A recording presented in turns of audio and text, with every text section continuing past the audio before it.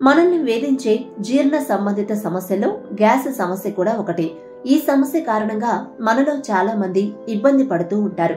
మారిన జీవన విధానం, ఆహారపు అలవాట్ల కారణంగా తలెత్తే అనారోగ్య సమస్యల్లో ఇది కూడా ఒకటి.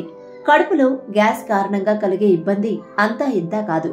గ్యాస్ సమస్య చిన్నదే అయినప్పటికీ తీవ్ర ఇబ్బందిని కలిగిస్తుంది. దీని నుండి బయటపడడానికి చాలా మంది టానిక్లను, మందులను వాడుతూ ఉంటారు. అయితే వీటిని దీర్ఘకాలం పాటు వాడడం వల్ల మనం ఇతర అనారోగ్య సమస్యల బారిన పడాల్సి వస్తుందని నిపుణులు చెబుతున్నారు.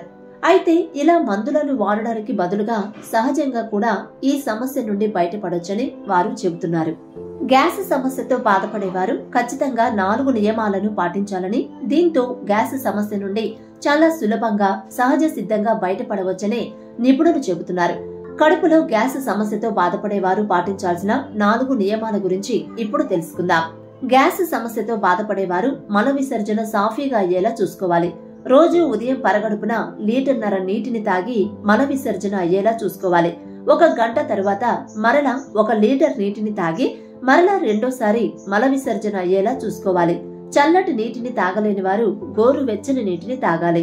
ఇలా నీటిని తాగి రోజు 2 సార్లు మల విసర్జన సాఫీగా అయ్యేలా చేయడం వల్ల ప్రేగుల్లో ఉన్న వ్యర్థాలు పేరుకుపోకుండా ఉంటాయి.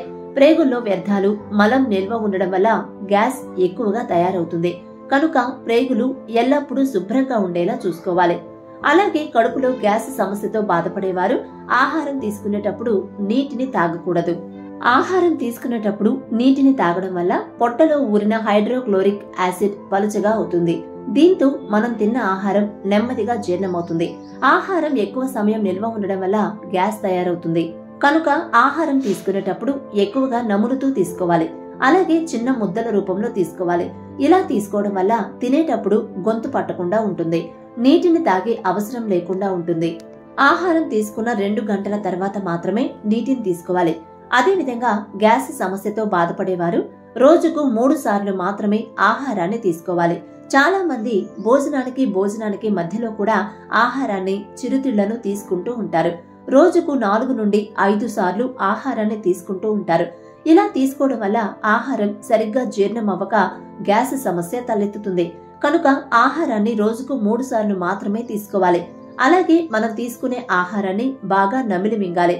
అలాగే పొట్టను 80% మాత్రమే ఆహారంతో నింపాలి. మిగిలిన 20% ఖాళీగా ఉంచాలి. ఆహారాన్ని ఎక్కువగా నమిలి తీసుకోవడంతో పాటు పొట్టను కొద్దిగా ఖాళీగా ఉంచడం వల్ల మనం తిన్న ఆహారం సులభంగా జీర్ణమవుతుంది. గ్యాస్ సమస్య తలెత్తకుండా ఉంటుంది.